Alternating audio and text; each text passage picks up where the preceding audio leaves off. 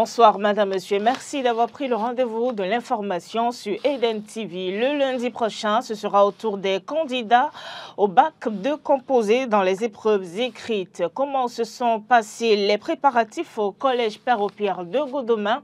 Vous en saurez davantage dans cette édition. L'école primaire publique d'Aimevo souffre du non-accompagnement des autorités compétentes pour sa survie. Créée en 2021 par des parents volontaires, cette école risque de fermer ses portes si rien ne se fait dans l'urgence. Et puis en interactualité, le sommet du G7 réunissant les chefs d'État et de gouvernement des 7 pays les plus industrialisés au monde a démarré hier en Italie. L'issue de la rencontre pourrait être à la faveur de Giorgia Meloni, présidente du Conseil italien et grande gagnante des élections européennes du dimanche dernier.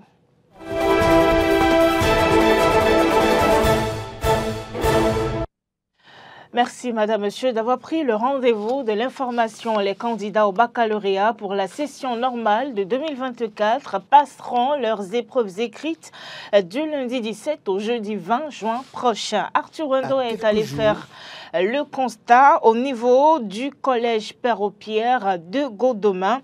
Je vous invite à suivre son reportage.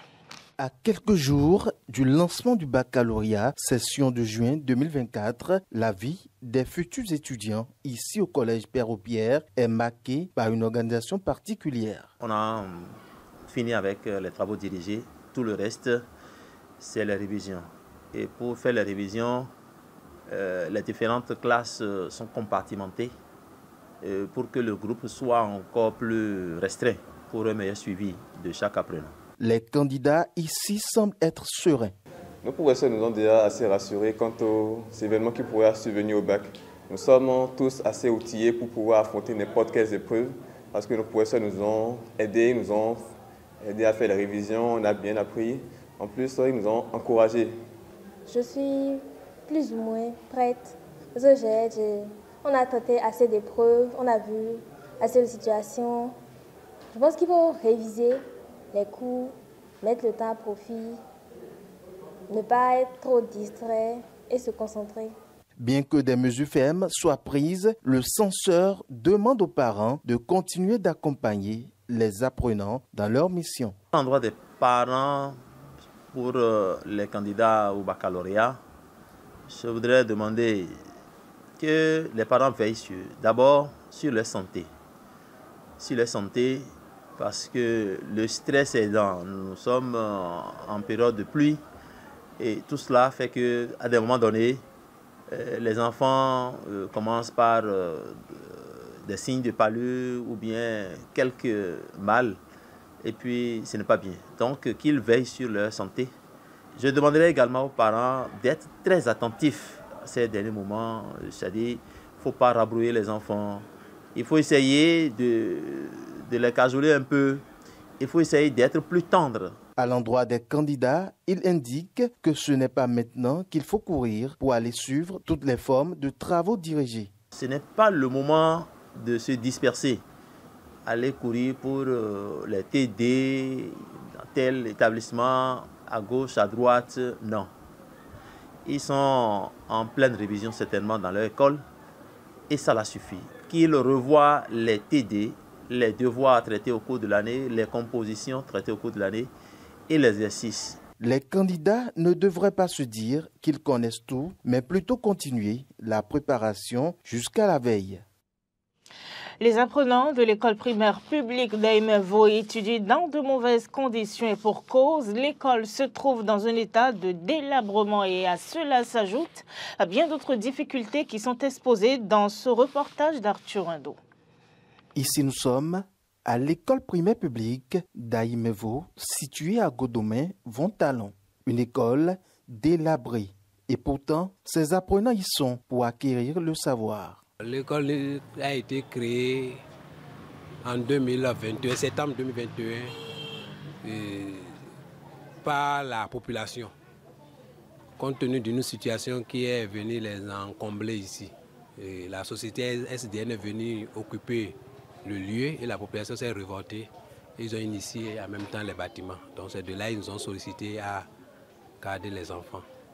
Donc après avoir commencé ici, on a connu beaucoup de difficultés. Et ces difficultés touchent apprenants, parents d'élèves et même enseignants. La pluie nous tape, on est gêné et le soleil aussi est debout. Et on rentre sous la table. Les enseignants qui sont ici sont à la charge des parents d'élèves. C'est eux qui cotisent pour pouvoir satisfaire les enseignants qui sont ici. Les bâtiments dans lesquels nous travaillons ne sont pas les bâtiments qui sont conformes, qui vont nous permettre de pouvoir bien travailler avec les enfants. Chaque fin du mois, comme une année scolaire comporte 9 mois, chaque fin du mois, chaque parent cotise 1000 francs, 1000 francs pour que les enseignants aient leur salaire. Si les parents n'arrivent pas à trouver de créer à leurs enfants, ils ne leur donnent pas des instruments, des outils de travail aussi. Et les ardoises, d'autres n'en ont pas. On veut travailler, tu dis prenez ceci, on n'arrive pas à trouver. Donc c'est à nous de leur donner un peu pour pouvoir travailler avec eux. Donc quand il y a aussi situation de renvoi, les enfants restent à la maison 2 à 3 heures avant de revenir. Ils viennent nous supplier, on est obligé de les reprendre. Mais c'est comme ça qu'on arrive à mener des stratégies pour pouvoir récupérer un peu. Face à cette longue liste de difficultés, ils appellent les responsables à divers niveaux au secours. Concrètement, nous voulons des modules de classe pour les enfants. Il y a aussi, vous voyez, il n'y a pas la clôture. Nous souhaitons le soutien des autorités à divers niveaux. Ceux qui peuvent venir nous en aide. Vivement que ces cris de détresse n'entrent pas dans les oreilles de sourds. Le directeur général de l'ANIP a remis un lot de 34 719 cartes ces mois au directeur général de l'ANPS pour le compte du programme Besoké. Le dit programme complète le projet H qui vise à augmenter les capacités productives et l'autonomisation des ménages pauvres et extrêmes grâce au développement d'activités génératrices de revenus et à des transferts monétaires. Lors de la vérification des bénéficiaires, il a été constaté donc que 34 719 personnes inscrites au registre social unique ne possédaient pas la pièce d'identité nécessaire pour obtenir une carte SIM personnelle et recevoir alors des transferts d'argent électroniques. Grâce au projet Ouribena, ces 34 719 bénéficiaires vont finalement recevoir un numéro personnel d'identification via le certificat NPI FID. Vous le savez, les candidats à l'élection des représentants des professionnels des médias pour la 7e mandature de la Haute Autorité de l'Audiovisuel et de la Communication RAC ont été situés sur leur sort le mercredi dernier. Les résultats provisoires du scrutin du 9 juin dernier ont été rendus publics par le président de l'instance régulatrice des médias au Bénin.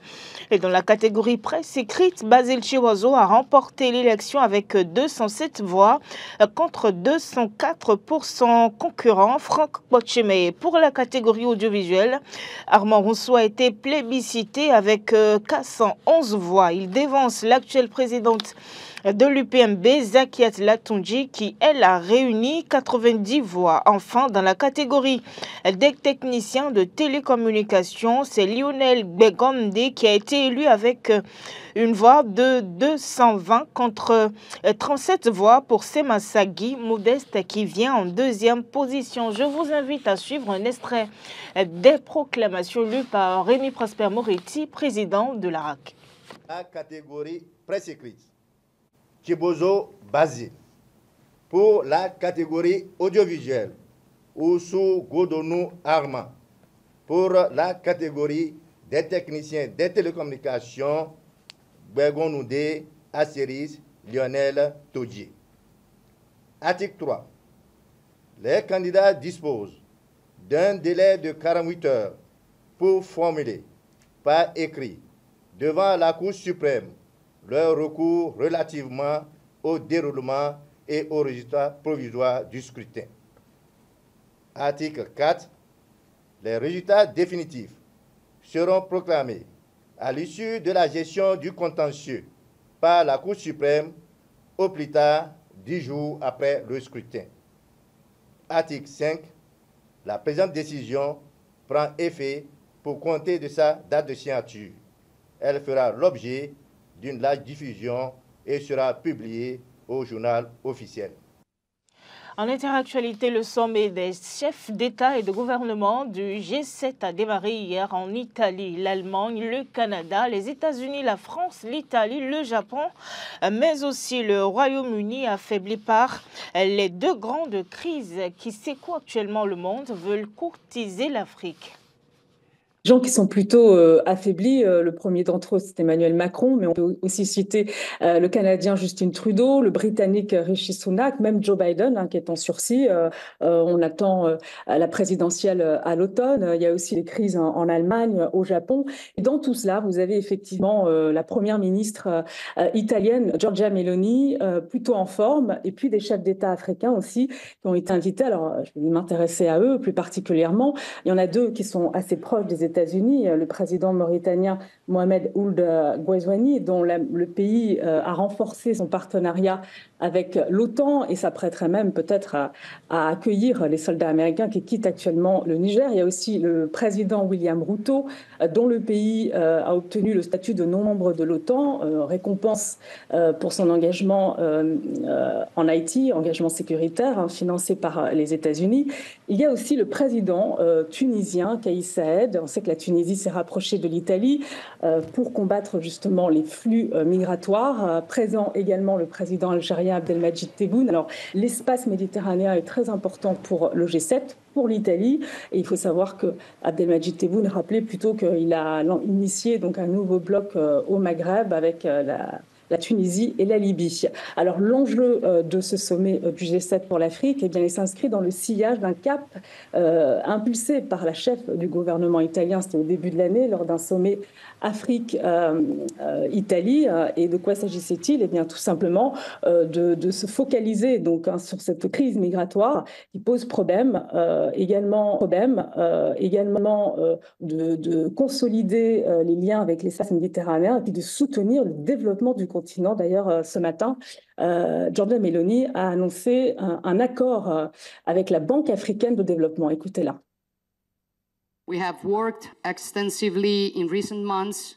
Nous avons travaillé intensément ces derniers mois dans ce sens et je suis particulièrement fière d'annoncer la mise en place de concerts avec la Banque africaine de développement d'instruments financiers innovants ouverts à des contributions de ceux qui sont intéressés au développement des stratégies de co-investissement. Dans ce contexte, je voudrais remercier les Émirats arabes unis pour leur première contribution à notre fonds à plusieurs donateurs qui, nous l'espérons, va grandir avec vous dans les mois à venir. La Banque africaine de développement qui est à la recherche de financement pour pouvoir investir dans des projets structurants en Afrique. Cela rentre évidemment concernant l'Italie dans le cadre d'un vaste projet de soutien au développement de ce continent. C'est le plan Mattei, un plan d'investissement de plus de 5 milliards d'euros. Et l'idée pour Giorgia Meloni, c'est vraiment d'avoir une approche souverainiste concernant cette aide qu'il faut apporter au continent, changer de paradigme. Une approche souverainiste, ça veut dire permettre réellement au continent africain de se développer. Madame, Monsieur, ce sera tout pour cette édition de journal. Je vous remercie de nous avoir suivis. Retrouvez tous nos programmes sur l'ensemble de nos plateformes digitales Facebook, YouTube, avec l'identifiant Bénin Eden TV. Bonne suite de programmes en la compagnie d'Eden TV.